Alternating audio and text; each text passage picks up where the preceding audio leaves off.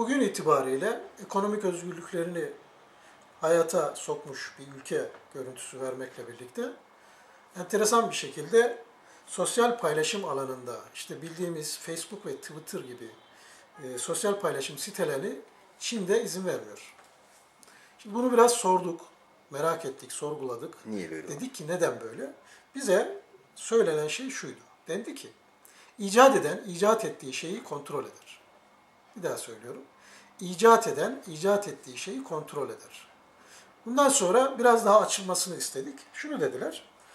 Sosyal paylaşım sitelerinin yer aldığı Facebook ve Twitter tarzı yerlerin merkezi Amerika'dır. Ve Amerika bugün dünyada yaygınlaştırdığı bu sosyal paylaşım siteleriyle aslında ülkelerin, toplumların içerisindeki küçük grupların tamamını, yani düşünsel dünyasındaki fikri anlamdaki birçok alanı kontrol edebilecek, anlayabilecek ve bunun üzerinden de toplum mühendisliği ya da sosyal mühendislik yapabileceğiyle ilgili bir tehlikeden bahsedildi. İşte Çin'in bunu fark ettiği için de kendi toplumunun, kendi medeniyetinin Batı karşısındaki bazı sistematik e,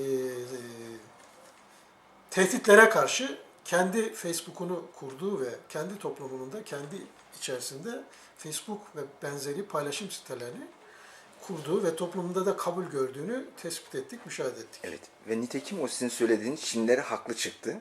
Çünkü buna benzer Amerikalıların ne derece dinleme yaptıkları, hangi şeyleri kontrol altında bulundukları yakın bir zamanda ortaya çıktı. Yani bizim de buralardan ders çıkarmamız gereken şeyler olduğunu özellikle ifade etmek istiyorum. Bu belki dışarıdan bakınca özgürlüğe müdahale gibi düşünülebilir. İşte insanların bireysel özgürlük alanlarına müdahale ediliyormuş gibi düşünülebilir ama dünyada şu anda tek medeniyet, Batı medeniyeti mi sorusunu da sormamız gerekiyor. Bugün Batı medeniyeti ya da işte özellikle gelişmiş dediğimiz ya da kendi medeniyetlerini dünyadaki tek doğru medeniyetmiş gibi dayatmaya çalışan anlayışlara karşı bence kendi öz medeniyetini korumaya yönelik davranış ve eylemlerde ve tepkilerde bulunulması gerektiğiyle ilgili iyi bir örnek. Evet. Buradan bizlerin de mutlaka pay çıkartması gerektiğini düşünüyorum.